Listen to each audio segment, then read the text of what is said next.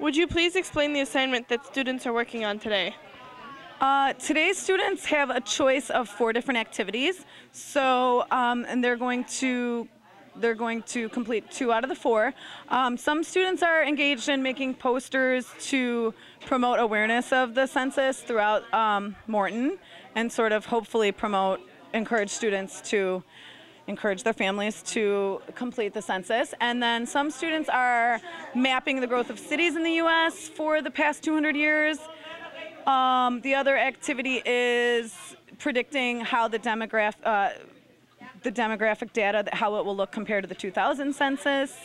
And the last activity is some students are conducting a little mini census of this classroom and then adding up the data for race and ethnicity.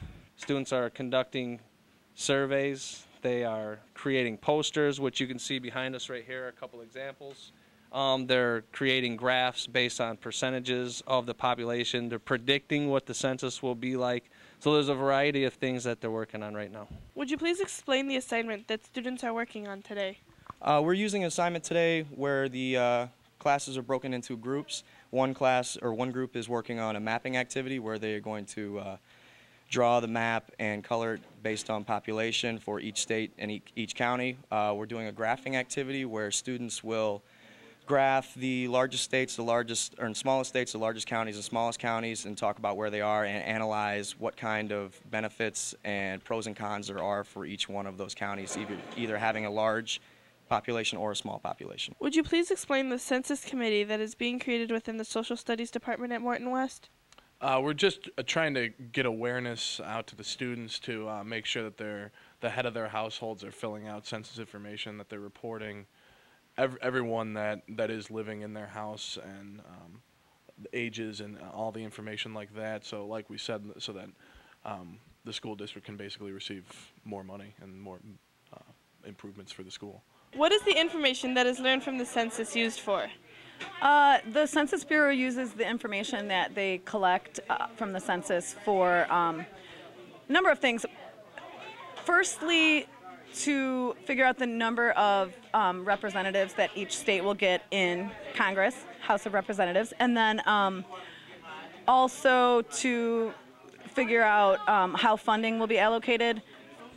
The government spends, hundreds of billions of dollars every year on things like hospitals, schools, public works projects, job training centers, and sort of that census data figures out where do they need the most resources, what communities need how many resources. What is the information that is learned from the census used for? It's used for a lot of things, but mainly for the government purposes to identify what areas of the country need extra support, what areas they can look towards for future growth, and so on. What is the information that is learned from the census used for? Well, we discussed this in class yesterday, and I think my class could probably answer this, and we reviewed it today too.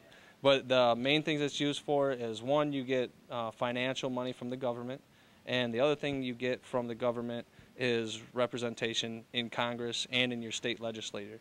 And it's a requirement of the Constitution, so it's definitely something that we need to do. What happens when someone does not respond to a census questionnaire form? First, they mail out the questions once. You get a chance to mail those back completed. If you don't, they mail it out again. If you do not complete it that time, then someone comes to your door and asks you the question in person. What happens when someone doesn't respond to a census questionnaire form? Then they don't get counted, and your community gets shorted. What impact will the results of the census have on school districts?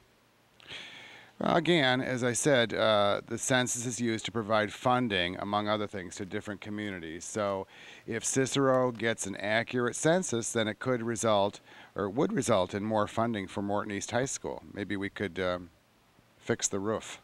What impact will the results of the census have on school districts? It could provide more funds to our school district. What impact will the results of the census have on school districts? Well, hopefully 201 can get the money that it deserves. It's a great high school, great school districts that have lots of great kids, and we should get all the funding necessary here for all the kids to continue their education. What impact will the results of the census have on school districts? The number of people living in a district will determine funding. So if we can get people to respond to this 100%, they'll get accurate numbers and it could increase funding for our school district. What impact will the results of the census have on school districts? Well, for me, I'm the school librarian, so I'm concerned about school libraries. It would hopefully give us more funding to buy more books, get new computers, fix the air conditioning, give better resources to teachers and students. What impact will the results of the census have on school districts? This is going to give schools an opportunity to really have their needs counted at the state level, so that when money is then distributed to those school districts, it's distributed in a very equitable fashion. How much time does it take to complete a census form? This year is one of the shortest forms in history, actually. It's only 10 questions, so 10 minutes. How much time does it take to complete a census form? I'd say it's probably about 10 minutes. It's not too bad. How much time does it take to complete a census form? I believe it takes 10 minutes to complete the form.